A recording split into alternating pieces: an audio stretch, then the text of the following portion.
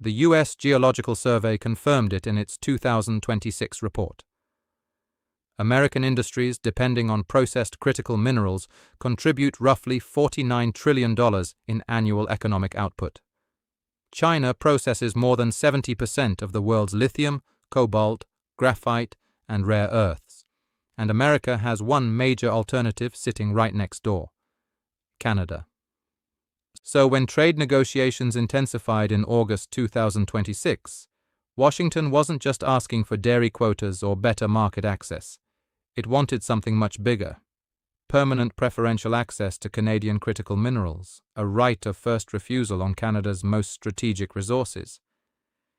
If that sounds like a normal trade demand, it isn't, because Canada holds confirmed reserves of 31 of the 34 minerals the United States classifies as critical: lithium, cobalt, nickel, graphite, rare earth elements.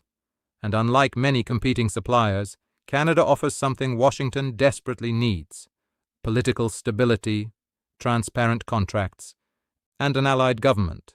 That makes Canadian minerals strategically valuable far beyond their market price. Now here's the real problem for Washington. China dominates critical mineral processing, more than 70% of global lithium processing, over 60% of cobalt processing, and roughly 90% of graphite processing. These aren't simply trade statistics. They are supply chain vulnerabilities affecting batteries, semiconductors, aerospace, and defense. America needs alternative supply, and Canada is one of the few countries capable of providing it at scale. That is exactly why Washington wanted preferential access. But Carney understood what that demand really meant. Permanent first refusal rights wouldn't simply guarantee American supply. They could make every other Canadian mineral customer a secondary buyer: European manufacturers, Japanese automakers, South Korean battery companies. All of them are investing in Canada specifically because they want diversified supply chains. Give Washington permanent priority, and Canada's biggest strategic advantage disappears. This is where Mark Carney's background mattered. Before politics, he spent years in global finance. He led the Bank of Canada during the financial crisis and later became governor of the Bank of England. He understands leverage, and he understands the difference between temporary economic relief and permanent strategic concessions. Washington was offering tariff relief. Canada would be giving away long-term resource optionality. That's a terrible trade. And Carney didn't simply say no. He changed the entire framing. Instead of asking whether Canada needed deeper integration with the United States, he asked whether deeper integration was actually in Canada's interest. Then came the line that captured the entire strategy: "If it's not there, we have other options." 7 words. But they mattered because Canada actually had alternatives. Ottawa had been expanding trade relationships beyond the United States.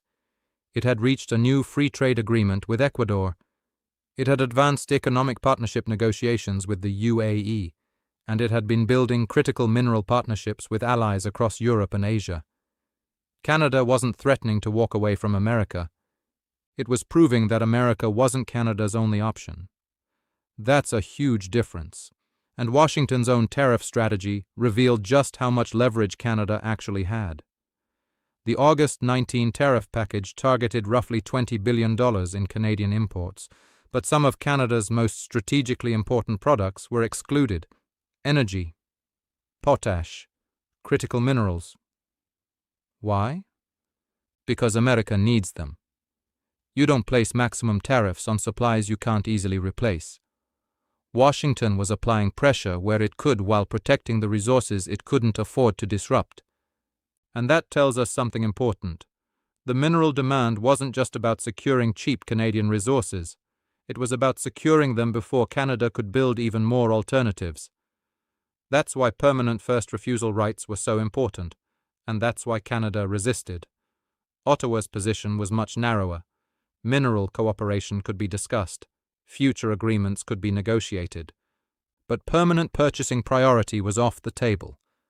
Canada wanted actual tariff concessions first, not promises, not vague future commitments, concrete reductions.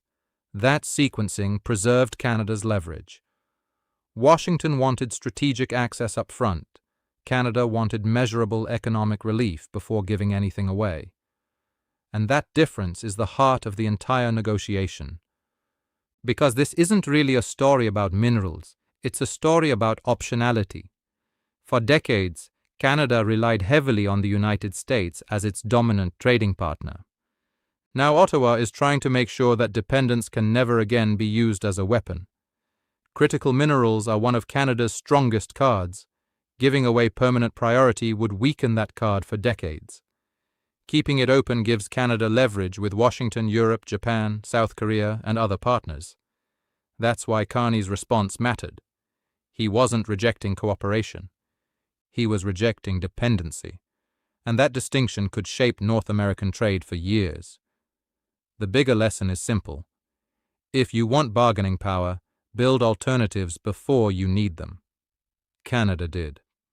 And when Washington came asking for permanent access to its most valuable strategic resources, Ottawa had something far more powerful than another tariff threat. It had options. If this analysis gave you a clearer picture of what's really happening beyond the headlines, share it with someone who thinks this trade war is only about tariffs and dairy quotas. And subscribe to Market Mindset, because the stories that move wealth rarely make the front page.